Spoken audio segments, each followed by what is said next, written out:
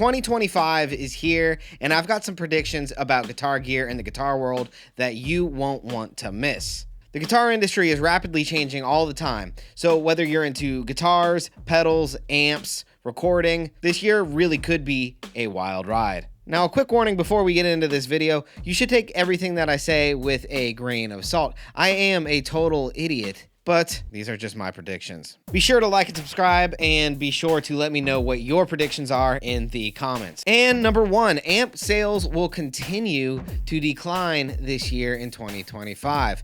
Now, it's no secret that amp sales have gone down steadily over the last few years, and it is upsetting. I actually have a whole video where I chat about this. You can click the link above if you want to see that. But over the last several years, amp sales have steadily been decreasing ever so slightly. And this last year, 2024, I did notice that we had the slowest year of amp sales yet. I remember way back in the day, we would have a huge room full of amps, and I would actually sell through tons and tons of amps. I mean, you used to be able to get a Fender Deluxe, the 65 Deluxe, for like what, $8.99, $9.99, or at least I remember when it was $11.99. But now they're like $15.99, $16.99. It's a ton of money, and you're still going to be lugging around a giant amp. Now, sure, that's a wonderful amp, one of my favorites. That thing sounds absolutely beastly and will be great in anybody's arsenal. But still, that's a lot of money, and a lot of people are just not justifying putting their wallet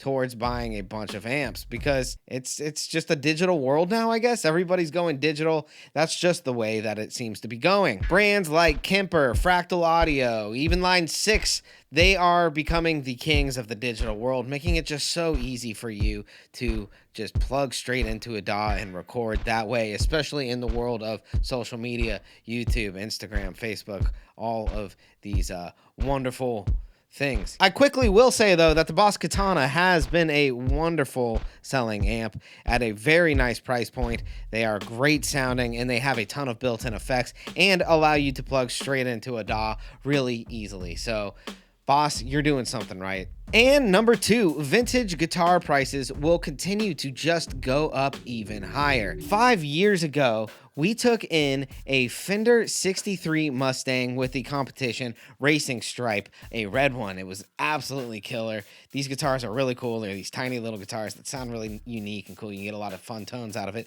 And that guitar at the time was going for $2,000, maybe $2,500 tops if you looked on reverb.com. I just saw another one of these really recently, and I just restrung it and looked at the price on this thing, and these guitars are now going for sometimes over $4,000. So in 5 years, it's doubled its price. And we're talking about a guitar from the 70s. You go back to guitars from the 60s, they're going to be even more money if they're in really good condition, not player grade condition. And if you go back to even the 50s, they're going to be even more expensive, where you're talking about the buku bucks. There are a lot of guitars that are just super sought after, specific years, and I only see them getting even more expensive. I mean, just go to any vintage guitar show and you'll see a bunch of guys walking around with their hands in their pants like, hey, you want to trade? Because I can't afford to buy this outright, but I could trade because I have too much money in my guitar already.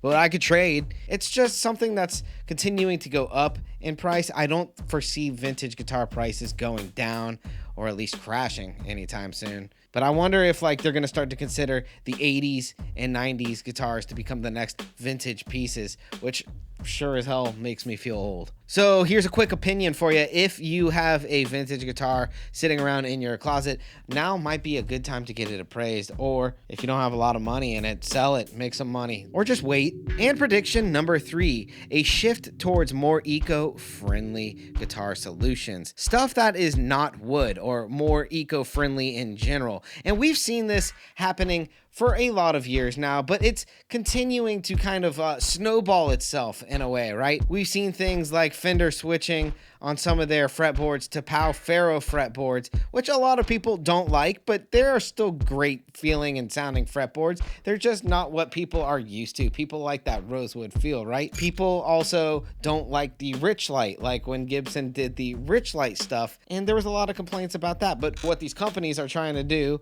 are trying to go to a more eco-friendly solution so that we can, A, maybe save part of the world, which is awesome. It's good. I'm all about doing that. And probably B, keep these prices down, because the more endangered and the harder it gets for some of these woods like rosewood and even, I suppose, like some really flamey maples and stuff like that, it's gonna keep getting more and more expensive. So it's really nice that a lot of these companies are doing programs like recycling programs. I know Martin's doing one. Even other companies that are accessory companies like the Dario getting in on this. And I foresee that becoming even bigger by the end of 2025 and into 2026, probably forever, with the way that this world is going. And quickly, my opinion on this is that it is a win-win for everybody. It's a win for the companies. Hopefully they save some money, and hopefully we help save the world at the same time. You should really care about, where your gear comes from. And prediction number 4, boutique prices will start to become more affordable. I think that there are so many boutique pedal brands out there now. It's like almost overwhelming when you walk into some of these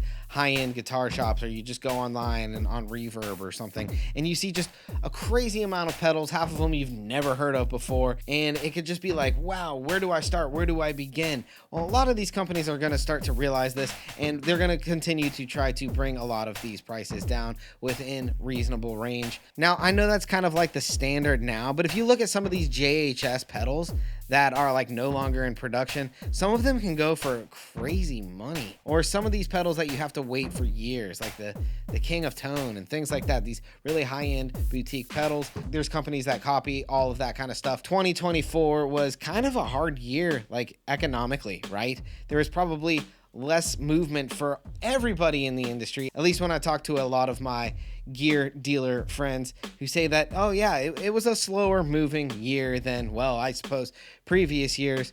We're going to probably see a shift in how we go to handle that, right? Where these companies are probably going to want to reduce prices rather than raise them. They want to try to sell more stuff rather than stuff sit around.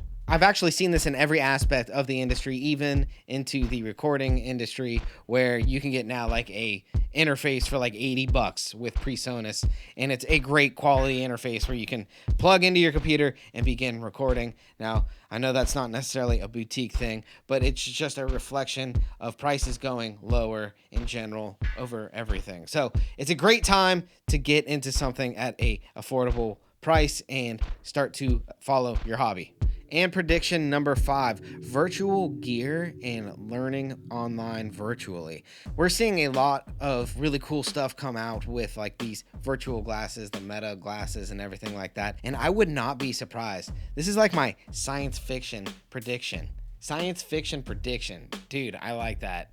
That's totally, I gotta write that down. That's totally gonna be a song name. But imagine just being able to put on your glasses and like follow tabs as you're learning, or looking at the guitar and seeing the notes on the guitar. That would be really cool. And I think that this stuff is going to continue to evolve, especially with AI getting so good and just helping us to learn how to play guitar. I think we might also see a lot of that with plugins and things like that, smart plugins helping you to get rid of like things that are unwanted or clean up the mundane things of a mix that everybody might not want to deal with. I think that would be really cool. I think it would be really cool in video editing too, because when I go to cut this video out, it's going to take a little bit of time, but if we could have an AI or a virtual thing to help us learn and go quicker, well, I think that's a big plus. It would be a whole new way to connect with your gear and craft music. And lastly, I do want to give a quick little bonus prediction. I know I said 5, but this one's going to apply more to the guitar dealers rather than the consumer. It's no secret that all the big brands like Gibson, Fender, Martin, Taylor, PRS, all of them, they all sell accessories as well, like tuners, strings, parts, t-shirts, all of that good stuff. If I had to guess, dealers are going to see an increase in the amount that these big name brands want them to buy in order to become a premium dealer. Now, this is nothing unique to the guitar industry. This is something that is, done all around the world in all sorts of different industries. But in case you didn't know, here's how it works. If we wanted to be a top echelon PRS dealer, well, then you're required to also carry some other stuff under PRS. I might have to carry like $3,000 worth of PRS guitar strings and $5,000 worth of PRS amps and all these t-shirts and all these parts, and they make you do all this stuff. And a lot of that is going to be to kind of help their bottom line, bring up a lot of their bottom line, and B, it's good branding for them as well. Now, previously, they would make you do this, but because last year was pretty crazy, I am going to predict that this year, these companies are going to make dealers buy even more, or maybe even into like a quarterly program, which is a very common thing too. So like quarter 1, you got to buy what previously last year would have been $2,000 worth of strings. This year it's going to be $2,500 worth of strings, and then quarter 2, 2,500, quarter 3, 2,500, and quarter 4, 2,500, which is $2,000 worth more than last year. And dollar value wise. Is that good? Is that bad? Well, I guess there's going to be more, strings and accessories on the table. But just from me to you, a lot of this stuff is stuff that is slower to move. But that's just my experience with it. And that's going to wrap it up for my predictions for 2025. But please let me know what you think. What are your predictions? What changes are going to happen in the industry? Let me know in the comments. And be sure to like and subscribe to this channel for more guitar related content. I'm going to keep it coming at you. My name is Cliffhanger, and this is Riff with Cliff. I will see you guys the next time that I see ya. Peace.